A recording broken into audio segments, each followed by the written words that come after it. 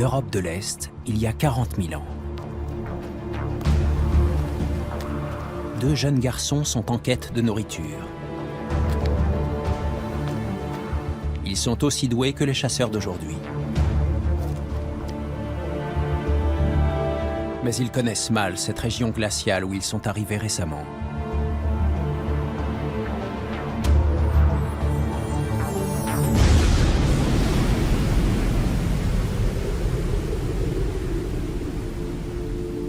Ce sont les premiers hommes modernes dont on ait retrouvé des traces en Europe. « 40 000 ans plus tard, leurs restes ont été découverts au cœur de la forêt roumaine à Peștera sous Oase, la caverne aux ossements.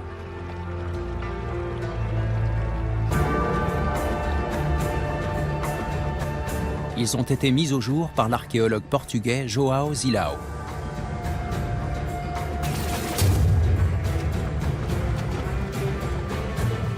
En 2002, des spéléologues roumains tombent par hasard sur une nouvelle salle inexplorée. C'est le rêve de tout archéologue. Mais y accéder est un vrai cauchemar.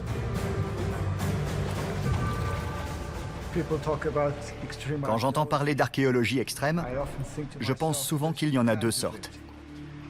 Celle d'Hollywood et la vraie. La vraie, justement, c'est ça.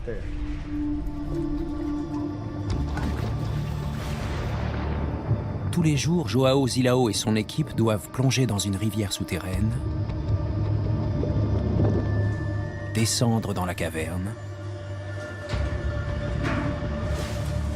et ramper à travers un long boyau.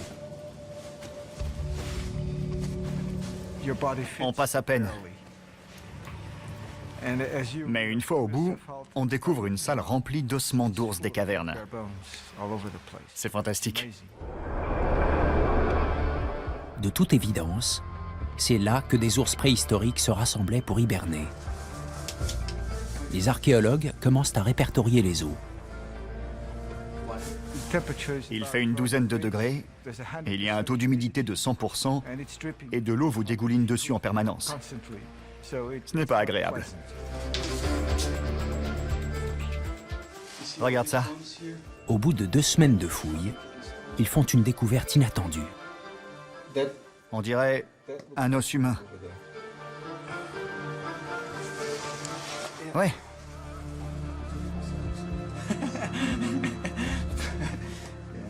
C'est évident. Et puis, un beau jour, un os occipital, l'arrière du crâne. J'ai lu beaucoup d'ouvrages sur l'histoire de l'évolution humaine. Mais avoir entre les mains une preuve de cette évolution, c'est vraiment autre chose. Il s'agit du crâne d'un adolescent qui a vécu il y a 40 000 ans. Tout près, l'équipe trouve la mandibule d'un second jeune adulte datant de la même période.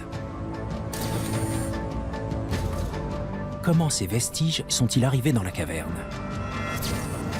Rien n'indique que les corps aient pu être traînés là par un ours. Mais rien n'indique non plus que la grotte ait pu être habitée par des hommes préhistoriques. On n'a rien trouvé. Ni objet, ni charbon de bois, rien. On en a donc conclu que cette grotte n'était pas habitée. Les corps n'y avaient pas été inhumés. Ils avaient dû être apportés par l'eau. L'archéologue a une idée sur ce qui s'est peut-être passé.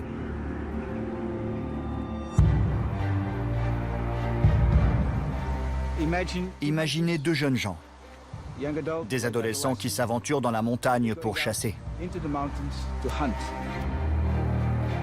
Et puis, il se passe quelque chose, peut-être une tempête. Un accident se produit. Ils tombent et se tuent.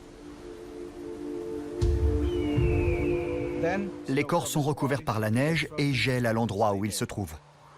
Ils sont épargnés par les charognards et sont préservés par le froid.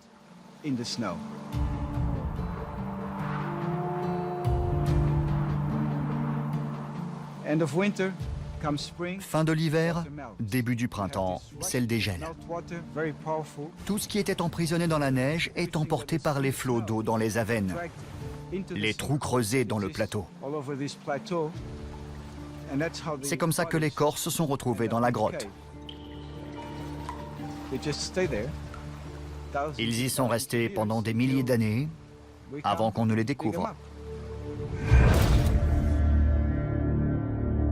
Ces malheureux adolescents, morts il y a 40 000 ans, sont les plus anciens spécimens d'hommes modernes, d'Homo sapiens, jamais retrouvés en Europe.